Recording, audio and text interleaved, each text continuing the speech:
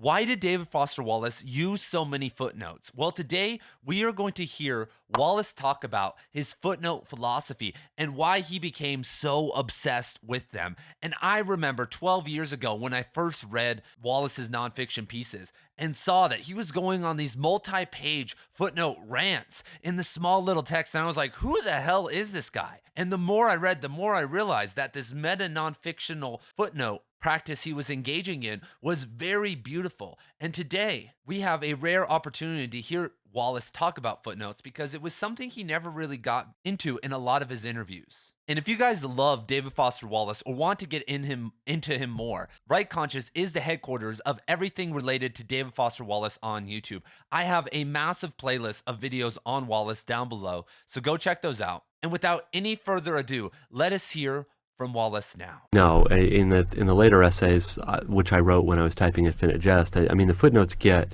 dare I say, addictive.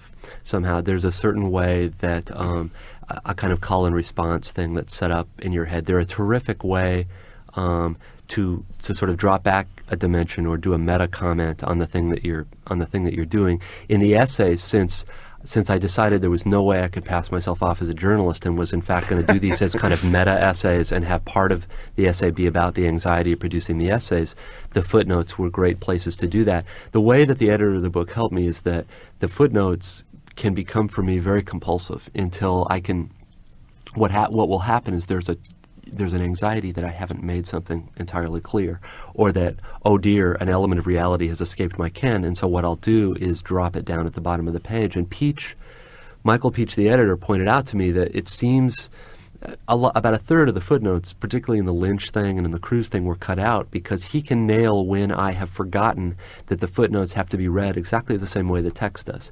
That, to me, they become sort of corollaries or afterthoughts, but for the reader, actually, they're even more demanding because the reader has to stop, hold his or her place in the text, go down, read the interpolation, and then return to the text.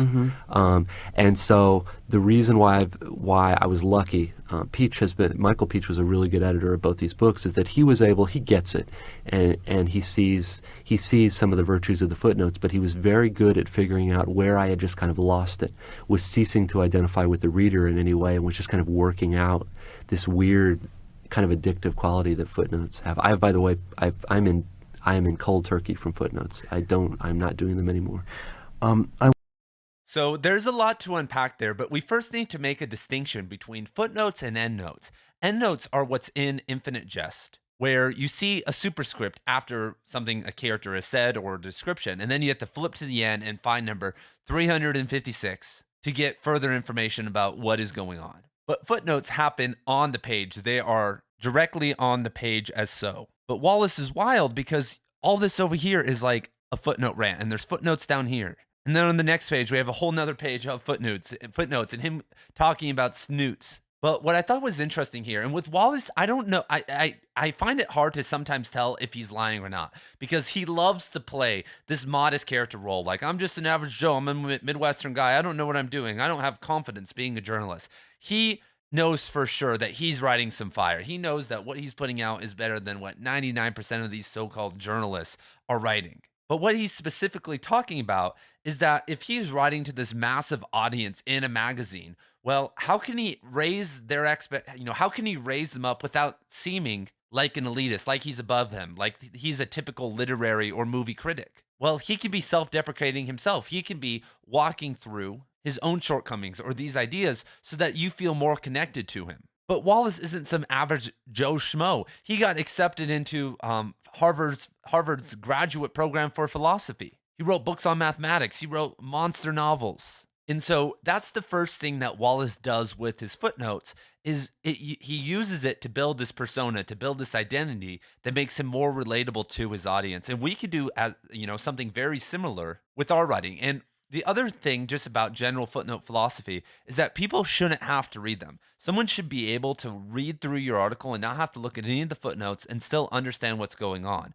But the footnotes are presenting deeper information for you. For instance, if you want to understand postmodernism and postmodernist language, you need to understand Ferdinand de Saussure and how he influenced Derrida and the two opposing philosophies of linguistics in the early 20th century. And Wallace, in this footnote right here, slyly introduces Saussure into the conversation by saying one of his general mottos in the story and then adding this little tag. But then by talking about him, who he gets to get deeper into descriptivist philosophy because Ferdinand is kind of one of the core philosophers or core linguists of that style of linguistical thinking.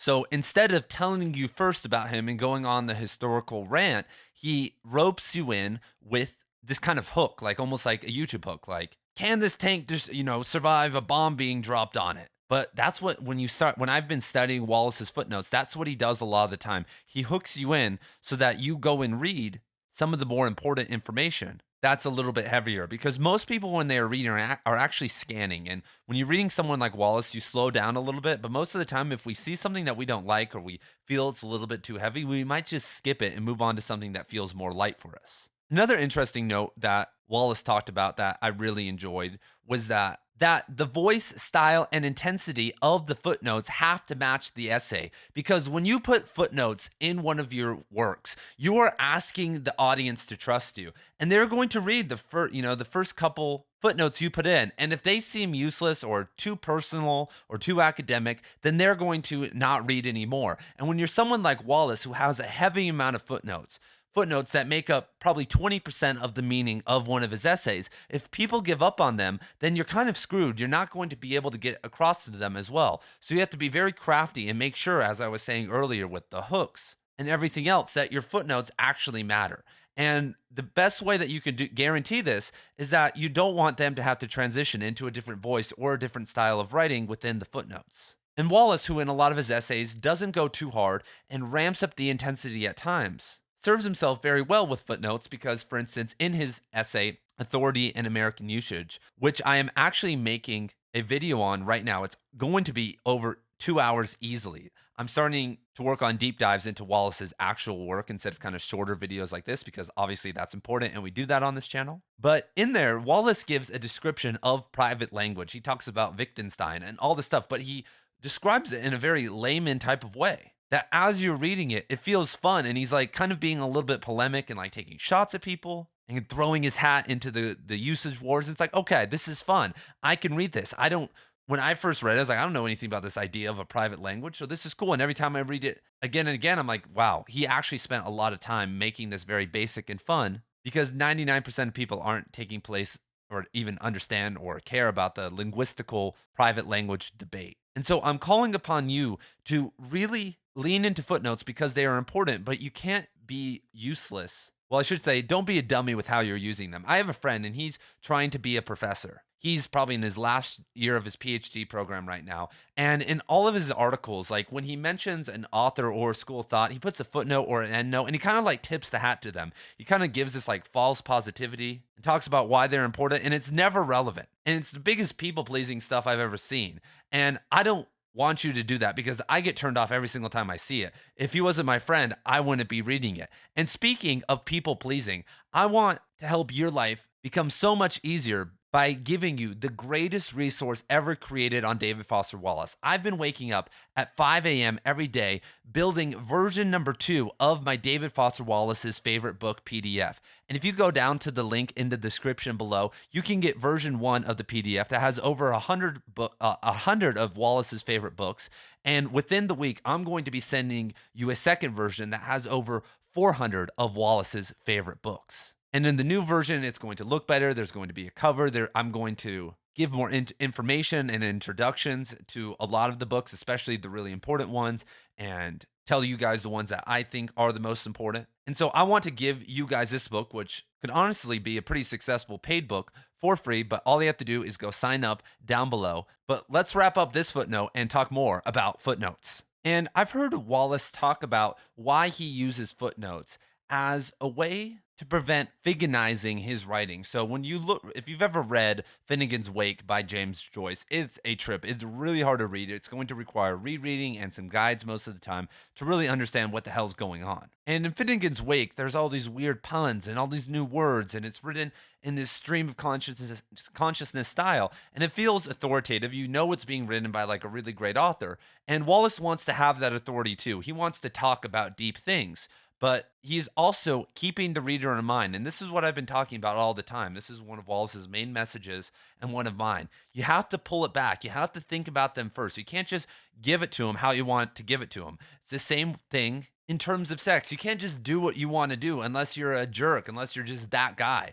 You have to make it a reciprocal relationship so that everyone is happy. I know most men out there, 80, 90% of men aren't into that, but it makes it a happier experience for everyone. And this is probably why, because of this phallic energy, why men most of the time with their big egos, don't worry about the audience while they are writing. It's an extension of sexual repression and trauma and all these other weird things that they're holding inside and haven't figured out yet. But it's really crazy. It's a crazy concept. It's the same in real life and in writing. You don't have to be the man's man. You don't have to be the man that walks into the bedroom with the lights off and then walks out and does nothing for a woman. And the same goes for writing. That doesn't make you the authority. A man who does that is not the authority. He may feel like the authority because he gives nothing back to his wife, but he's really just an inadequate man who's fronting as an adequate man. And the same goes with writing. You can sit here and just do the gush of information and tell us that we're all stupid, or you can turn the lights on and learn how to interact with your audience. You can get to know them, even if you don't like them, even if you think they're all just a bunch of dumb TikTokers or people who don't understand you.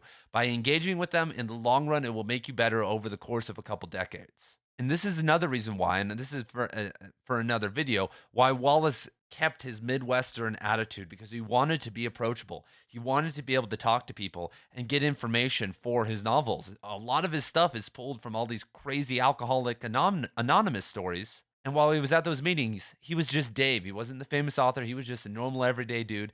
And a lot of people really liked him. And so let me know your guys' thoughts on footnotes if you've ever tried them. I've honestly stayed away from them, but now that I'm in kind of Wallace land and I do some writing over on my Substack, where a lot of these really deep Cormac McCarthy videos and David Foster Wallace videos and writing videos are about to start getting published very soon. The McCarthy videos are already there, but I'm about to start a David Foster Wallace course very soon. And I'll start experimenting with some footnotes over there on the writing side of things, and we'll see how it goes.